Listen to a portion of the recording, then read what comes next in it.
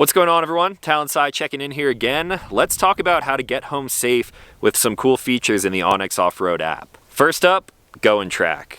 With this feature, you can keep a collection of your trips to relive and share with all of your friends. The app's GPS capabilities record your trip stats and essentially leave a breadcrumb trail along your route to lead you back to where you started from quickly and safely. This will track your speed, direction, and distance to save your route, which you can look back at and even edit in the future. At the start of your trip, tap Go and Track in the bottom toolbar and hit Track to start. You can swipe left and right at the bottom of your screen to view your compass, elevation, and a whole lot of other data. You can tap Pause at any time to take a break and then tap Resume to continue. Once you're done, tap End and Stop to save your trip. You can then select Share to send it to your friends so they can find you at the cool new campsite that you just found. Now, if you forget to shut off your tracker, it's not a big deal. You can actually trim your track to reflect your actual trip once you've saved. Just tap My Content in the bottom toolbar and scroll down to select Tracks. Choose the track that you want to edit, tap the three dots on the right-hand side, and select Trim Track from the drop-down menu. You can then use the slider to edit your trip and save once you got it right. Next up,